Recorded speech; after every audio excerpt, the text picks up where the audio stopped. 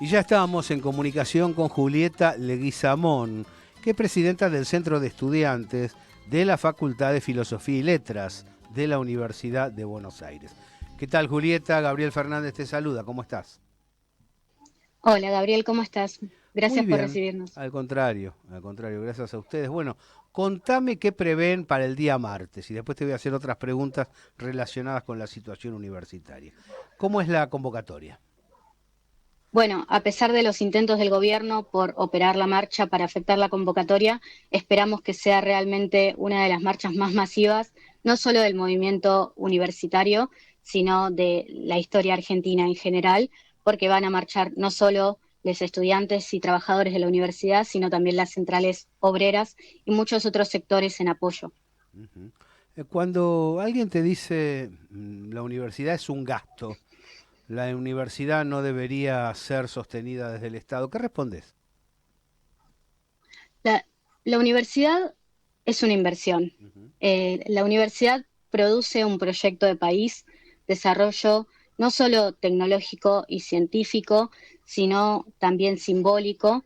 La universidad es lo que nos ha permitido construir un Estado que sea garante de derechos, como ha sido en las últimas 2 décadas.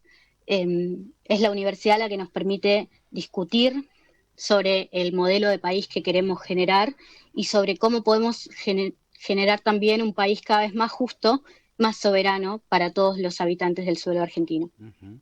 Julieta, se ha hablado mucho en el último tramo de lo que se dio en llamar el voto joven a Milei. ¿Vos lo palpaste de ese modo en la universidad? Y si se palpó de ese modo, ¿por qué? ¿A qué lo atribuís? Yo creo que el voto de Milei sí logró recuperar cierta parte de la juventud a la que quizás no supimos llegar con algunos eh, de nuestros postulados, de nuestras ideas. Sí han sabido vivenciar porque muchos de ellos han crecido durante el kirchnerismo, que fue una primavera de expansión de derechos. Sin embargo, no hemos podido explicar el proyecto político detrás de esos derechos adquiridos.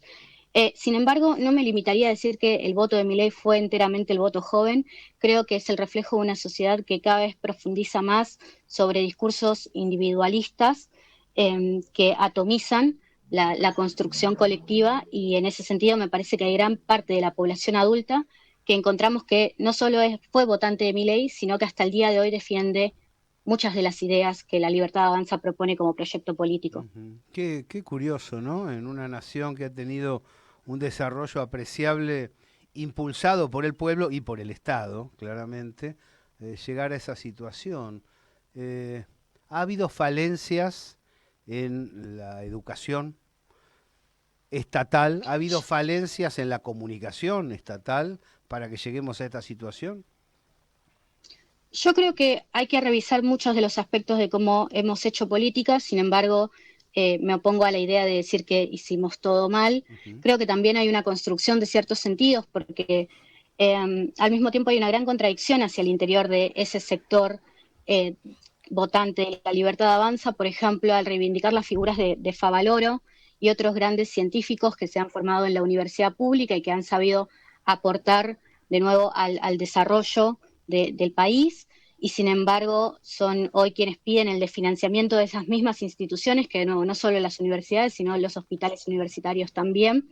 Y creo que quizás el nuevo desafío es volver a conectar esas ideas en una cadena de sentidos que nos permita darnos cuenta que para que siga habiendo más favaloros y siga habiendo más Argentina potencia, tiene que haber más universidad, tiene que haber más escuela, educación común, y esto lo traigo a cuenta de los dichos de Venegas Lynch en las últimas 2 semanas con respecto a la escolaridad primaria, Ujú. que es algo que ya pensábamos saldado hace siglos incluso. Claro. Alberdi, Pellegrini, Roca, Favaloro, todo mal interpretado, es toda una gran falsificación del mileísmo. Pero claro, ante las falsificaciones es necesario oponerle investigaciones fuertes y presencia en el debate comunicacional, ¿no? Da la sensación también que hay un demérito hacia lo público, hay una especie de rechazo de una parte de la población hacia la salud pública y la educación pública como si fueran de menor calidad que las que ofrece el Estado. ¿Lo sentís así? Sí, creo que todo tiene que ver también con esto del avance de las ideas más individualistas y mirar lo privado como un horizonte de mejora, también cómo miramos hacia otros países extranjeros y las producciones culturales, las producciones científicas, esos modelos de país que quizás desde afuera se ven como en desarrollo. Eso le pasó también a Alberti en su momento, mirar Inglaterra como modelo de desarrollo sin entender las contradicciones internas, y me parece que cuando eso se traspola hoy en día a las sociedades argentinas encontramos esto, cada vez más personas que buscan denostar, denigrar lo público en pos de lo privado, que no necesariamente es mejor. De hecho, por el contrario, nuestras universidades, para poner el ejemplo, están mucho mejor ranqueadas en todos los rankings internacionales que las universidades privadas. Claro. Sí, hay una desvalorización de lo propio que alarma, ¿no? ¿Cuándo arrancaste a militar? ¿Cuándo resolviste participar activamente de la vida política universitaria? Bueno, yo vengo de una familia donde mi abuelo había sido obrero durante el peronismo Ujú. y mi papá también es un obrero trabajador hasta el día de hoy, entonces soy hija de la educación pública y nunca se me escapó de la cabeza que eh, pude acceder a ella gracias a que hubo un Estado presente. De hecho, recuerdo que cuando el gobierno de Cristina Fernández de Kirchner lanzó el programa Conectar Igualdad, yo fui una de las primeras beneficiarias de esas computadoras allá por el año 2010, y cuando me inserté en la facultad claramente quería transformar la realidad, hacer que la universidad no sea un espacio al que llegan muy pocos, que sea un espacio donde cada vez haya más amplitud de sectores, más diálogo, y que eso, que haya una ampliación de derechos que garantice no solo el ingreso, sino la permanencia y el egreso también de la universidad. Bien. Te felicito porque rápidamente ocupaste la presidencia del centro de estudiantes. No, no es poco una acción reivindicativa que tenga relación con la representación que se obtiene. Así que creo que a partir de Sí, allí vale la pena momento, reivindicar la tarea, ¿no? Ahora, sí, momento histórico interesante para conducir un centro de estudiantes ahora. Creo que es más la falta que responsabilidad vengan los histórica. marcianos, como decía alguien.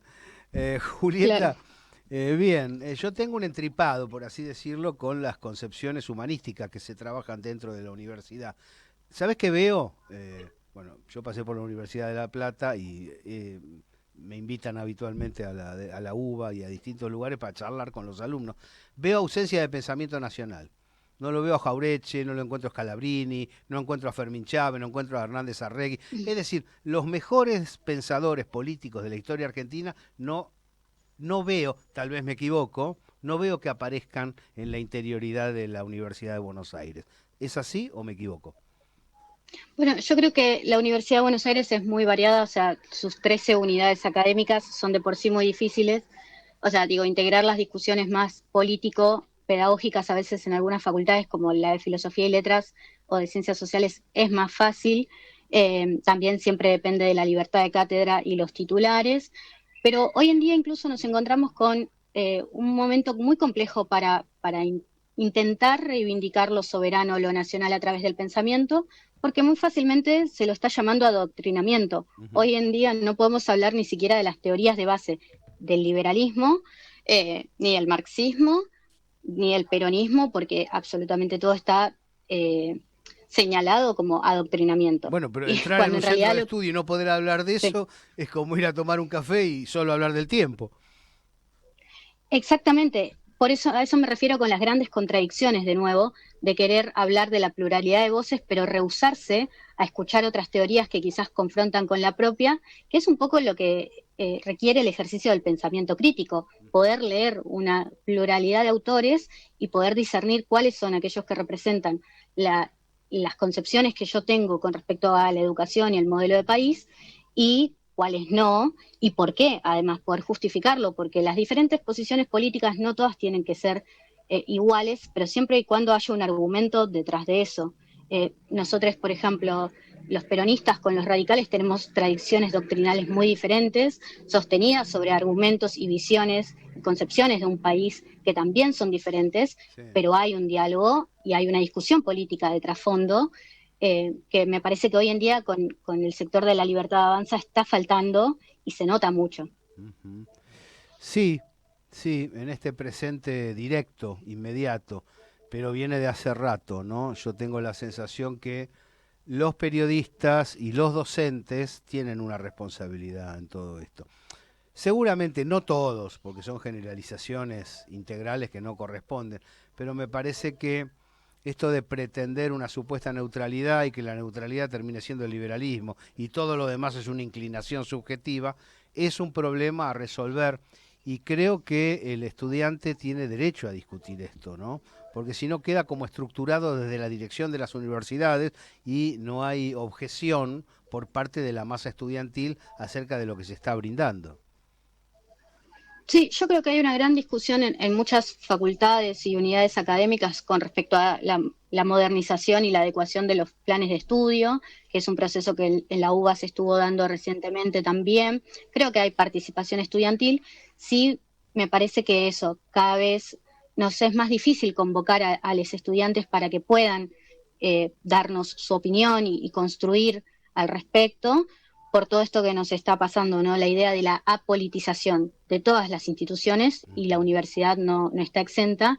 Entonces, cada vez más compañeros transitan las aulas viniendo a cursar, a escuchar, a rendir un parcial y volviendo a sus casas. Y quizás el desafío de esta época es poder volverles a enamorar de la política e intentar revertir esta situación porque realmente frente a este gobierno eh, que es tan intransigente con sus ideas, lo que necesitamos es ser muchos, ser cada vez más les que nos organicemos, les que pensemos y les que discutamos el modelo de universidad, el modelo de país que queremos.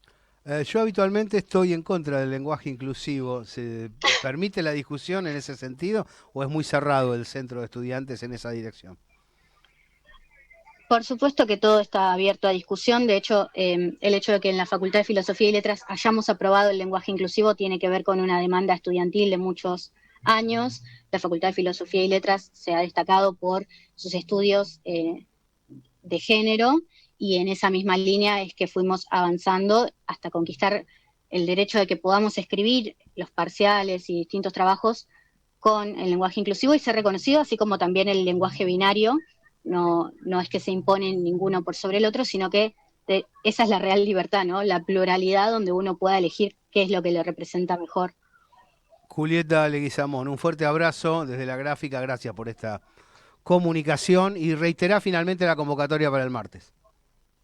El martes nos encontramos todos a las 3 de la tarde en Congreso para marchar y estar a las 6 de la tarde en Plaza de Mayo, en la Marcha Federal Educativa, docentes, no docentes, estudiantes, amigues, familiares, conocidos, exalumnos de la facultad, todo el país en las calles para defender la universidad pública. Un abrazo grande.